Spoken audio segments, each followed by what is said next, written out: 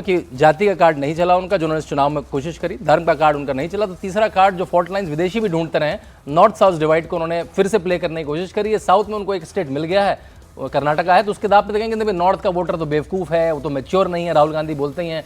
अब वायनाड, जब वो अमेठी से भाग के वायनाड पहुंच गए हैं तो अब यही कार्ड बचा है, लेकिन जनता बहुत बहुत शातिर हो चुकी है। जनता बहुत समझदार है, उनको यूपी ऐसे ही लगता है, ऐसा ही लगता है, यूपी के बिहार के नहीं चाहिए। देखिए जब उन्होंने जो ये लोग भारत जोड़ो यात्रा की बात करते हैं, राजस्थान में कई सीटों पे उन्होंने यात्रा करी, लेकिन वो राजस्थान में मध्य प्रदेश से निकली 33 से ज्यादा, लेकिन कुछ नहीं हुआ। आज उसकी बात नहीं करेंगे, वो करेंगे नहीं तेलंगाना में उसका लाभ हुआ।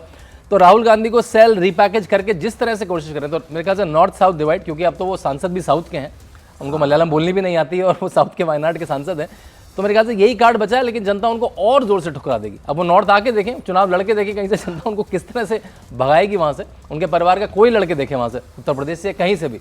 तो मेरे ख्याल से उन्होंने एक और सेल्फ गोल कर लिया अपने ऊपर, एक और सेल्फ गोल। शहजाद, लेकिन पहले ऋषि और विजय जी एक कमेंट आपका, फिर शहजाद भाई आपके पास आ रहा हूँ। ऋषि, ये क्या, ये नॉर्थ साउथ डिवाइड की क्या जरूरत है भाई? आज तो दिन है बड़ा, जनादेश को नमन करने का दिन है, आज ये सब नॉर्थ साउथ डिवाइड। देखिए शहजाद भाई के अच्छा लिखा है नॉर्थ वर्सेस साउथ लिखा है, जो ट्वीट है वो उसमें लिखा है नॉर्थ वर्सेस साउथ। ऋषि, अमन जी, शहजाद भाई ने कहा कि कांग्रेस जो है ओबीसी नॉर्थ वर्सेस साउथ पर मैं बोल रहा हूँ, सुन जी कि उन्होंने ओबीसी की, मतलब इन्होंने भी कहा, या भाजपा प्रवक्ता ने कहा कि कांग्रेस जातीय कार्ड खेलती है। तो छत्तीसगढ़ में प्रधानमंत्री ने खुद कहा कि मैं ओबीसी वर्ग से आता हूं, तो ये कौन सा प्रधानमंत्री जातीय कार्ड खेल रहे थे? नंबर 1। नंबर 2, 2015 में आपको याद होगा, इसी अमित शाह जी ने, सुन तो लीजिए ना, इसी अमित शाह जी ने कहा था कि ये बिहार का चुनाव शमशान वर्सेस कब्रिस्तान का है। कौन से धर्म का कार्ड खेल रहे थे अमित शाह? जब नॉर्थ में आप गाय को पूजते हैं और साउथ में, सुन तो लीजिए अमन भाई, बोलने तो दीजिए, साउथ में इसी गाय को इनके मंत्री कहते हैं कि गोवा के मैनिफेस्टो में देखिए कि मतलब रेड मीट की कमी नहीं होने देंगे। तब कौन सा आप हिंदुओं के क्या कहते हैं भावनाओं के साथ खेलते हैं? तो नॉर्थ में गाय मम्मी हो जाती है, साउथ में यम्मी हो जाती है आपके लिए। यही आपका धर्म को लेकर स्टैंड है। एक तरफ कहते हैं मैं ओबीसी का बेटा हूं, दूसरी तरफ आप कांग्रेस से कहते हैं कि इन्होंने ये ओबीसी कार्ड खेल रहे हैं, जातीय कार्ड खेल रहे हैं, जातीय जनगणना कर रहे हैं। तो जातीय जनगणना में तो बिहार के 9 पार्टी, मतलब बुरा मत मानिए, आप थोड़ा हम्बल होने की जरूरत है। आज अपना हाल देख लीजिए, थोड़ा सा हम्बल होने की जरूरत है, थोड़ा सा हम्बल होने की जरूरत है। आज जो हाल है, और कभी कभी लगता है कि आप जैसे लोग जितना बोलते हैं ना उतना इनको फायदा पहुंचाते हैं। आपको पता है बीजेपी को फायदा पहुंचाते हैं। आप गलत है तो आप बोलिए। मैं कह रहा हूं बीजेपी को फायदा, जाति वाला कार्ड, ओबीसी वाला, भाई ओबीसी प्राइम मिनिस्टर तो है ना। तो फिर ये जाति कार्ड, प्रधानमंत्री जाति कार्ड, पहले शहजाद, उसके बाद विजय कौशिक। पहले बताना, अपनी आइडेंटिटी बताना, कार्ड कैसे हो गया भाई? अब एक अपने जातीय कार्ड ऋषि हो गया। ऋषि प्रधानमंत्री जैसे पद पे बैठे लोग ये कहेंगे कि मैं ओबीसी वर्ग से आता हूं, अमन जी मैं बात रख सकता हूं अपनी? बात नहीं हो सकती है। देखिए थोड़ी सी, बोलते हैं एक मिनट शहजाद भाई, देखिए मैं आगे डिबेट बढ़ाऊं, एक डिस्क्लेमर है सर, एक मिनट। शहजाद, थोड़ी सहानुभूति आपको भी रखनी होगी, ऋषि कांग्रेस के समर्थक है और इनको दर्द हुआ है, थोड़ी सी सहानुभूति रखनी होगी, इसलिए थोड़ा सा हो सकता है डिबेट में थोड़ा दर्द चल के, हमको थोड़ा सहानुभूति दिखानी होगी आपको। अब आप बोलिए शहजाद, फिर विजय जी मैं आपके पास एक एक करके बोलेंगे। ऋषि अब आप बीच में नहीं बोलेंगे, एक एक करके बोले ना सर, रिक्वेस्ट कर रहा हूं आपसे, कोई बीच में नहीं बोलेगा। शहजाद पूनावाला,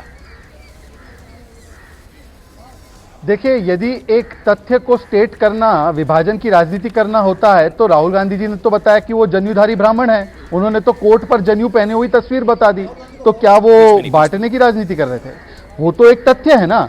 पर तथ्य के बाद अगर आपके परिवार का इतिहास ये रहा हो कि आपने लगातार मंडल कमीशन आयोग का विरोध किया हो, आपने पार्लियामेंट में खड़े होकर कहा हो कि इसको लागू नहीं होना चाहिए, देश को बंटवार देगा, ये आपने कहा हो कि ना जात पर ना पात पर मुहर लगेगी हाथ पर, और फिर आज जाकर केवल राजनीति के लिए आप इस प्रकार का हथकंडा अपनाते हैं और अखिलेश यादव भी आपकी बातों को मानने के लिए तैयार नहीं है, तो ये साफ साफ नजर आता है कि आपने केवल इसको विभाजन करने के लिए और अपनी राजनीति चमकाने के लिए कार्ड के रूप में इस्तेमाल किया। और वैसे बात क्या करते हैं भारत जोड़ो की, और भारत जोड़ो की बात करते हैं, परंतु अफजल गुरु के हत्यारों की प्रशंसा करने वाले, मतलब अफजल गुरु को सुप्रीम कोर्ट ने हत्या की, इस प्रकार की बातें करने वाले लोगों के साथ खड़े होने तक लेकर भारत के टुकड़े टुकड़े की कामना करना, और आज भारत के टुकड़े टुकड़े नॉर्थ और साउथ में करना, कभी भाषा के आधार पर करना, कभी जाति के आधार पर करना, ये काम अगर करने का काम किसी ने किया है तो कांग्रेस ने किया है। मैं तो केवल इतना पूछना चाहता हूं कि क्या कांग्रेस पार्टी उत्तर भारतीयों का अपमान नहीं कर रही है कहकर?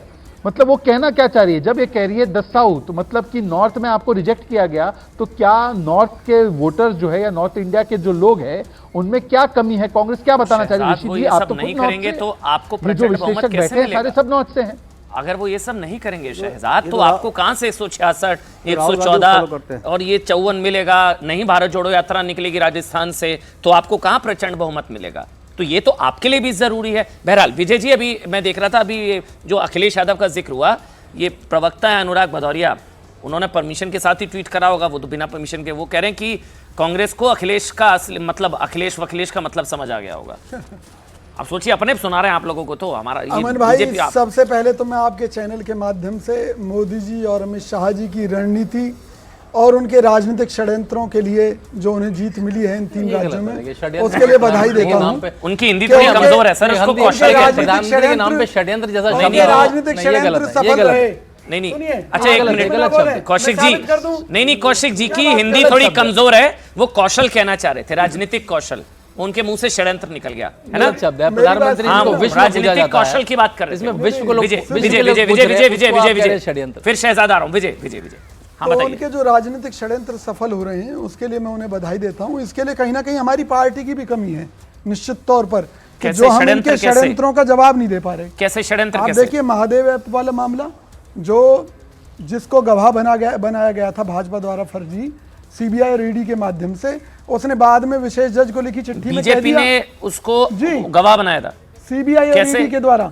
नहीं, बीजेपी ने ईडी सीबीआई, खुद मोदी जी ने कहा कि बीजेपी ने गवाह बनाया था। मेरे साथी सीबीआई और ईडी आई, खुद मोदी जी ने तो जिता देती ना जनता आप लोगों को। इतने समझदार आप हैं, वोटर्स कम समझदार है क्या? आप वोटर को ना समझ क्यों समझते हैं? नादान क्या वोटर कम समझदार हैं क्या? जिसकी भाई महादेव को भी नहीं बख्शा, ये कहा था ना, जिसकी लाठी उसकी भैंस। तो भाई मोदी जी की आजकल लाठी चल रही है, तो भैंस, जनता को भैंस समझ रहे हो, जिस मर्जी तरह से वो हाँक रहे हैं सीबीआईडी के माध्यम से। फिर आपको कोई वोट नहीं देने वाला आप लोगों के ना, ऐसी जनता को भैंस बोलते हैं आप लोग। मेरी बात तो सुनिए ना, कांग्रेस के नेता हैं, आपको बताएं, ये जो बोल रहे हैं ये जनता को भैंस बोल रहे हैं स्टूडियो में बैठकर, फिर कहते हैं हमको वोट दे दो, वोट दे दो, वोट दे दो। कह रहा हूं मोदी जी भाजपा को वोट करेगा, वो राक्षस होगा, सुरजेवाला जी ने कहा। मुझे ये बताइए ना कि सीबीआई ईडी का इस्तेमाल करके, अच्छा एक मिनट, मैं बीजेपी ऑफिस जाऊंगा क्योंकि मेरे 2 सहयोगी अमित और प्रियंका दोनों जुड़ गए हैं। पीएम वहां पर पहुंच सकते